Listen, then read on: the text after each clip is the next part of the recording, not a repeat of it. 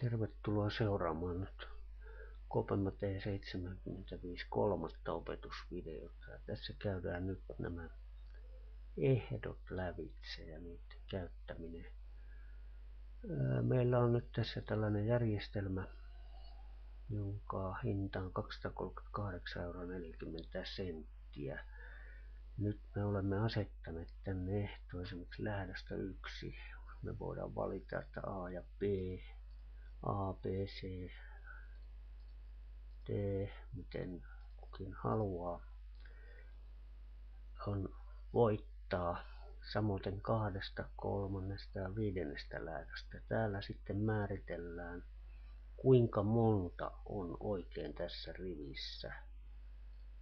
Näin se voidaan valita. Ja tässä käytetään nyt hyväksi Kopeman sivuilla olevaa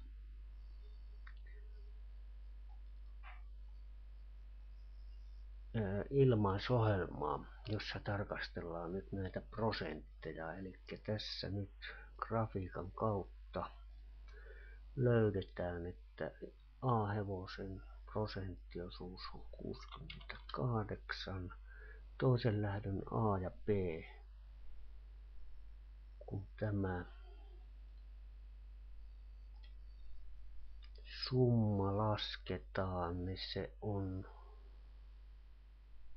75%, kolmannen lähdön A ja B hevoset ovat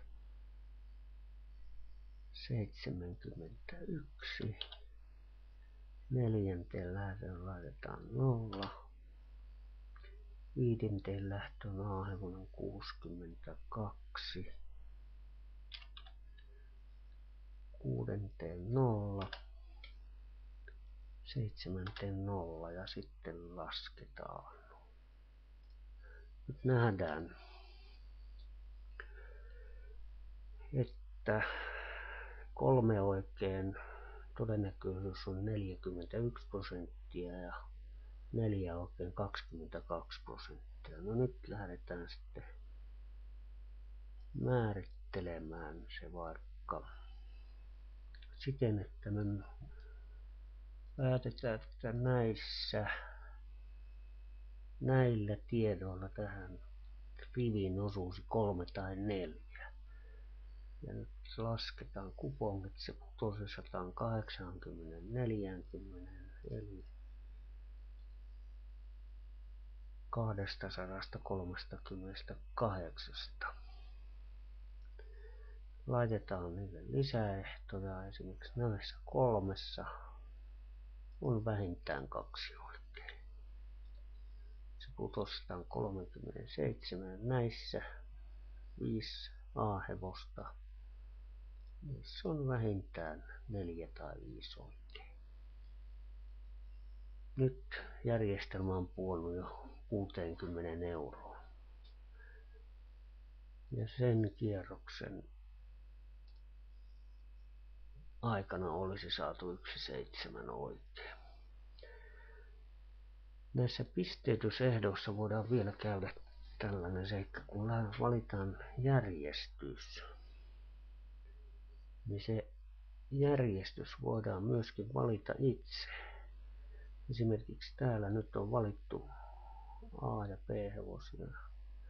Voidaan valita siirtämällä, kun tässä hiirellä painetaan, niin siirtellä nämä hevoset omaan järjestykseen. Eli tämä on 1, 2, 3, 4, 5 suosikki.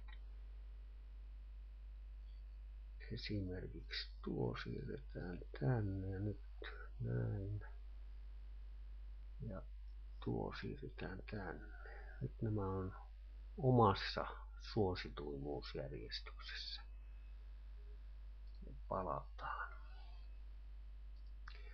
Ja nyt valitaan täällä esimerkiksi, jos ykkössuosikki voittaisi kaikki, niin sen rivin summa olisi 7 tietysti.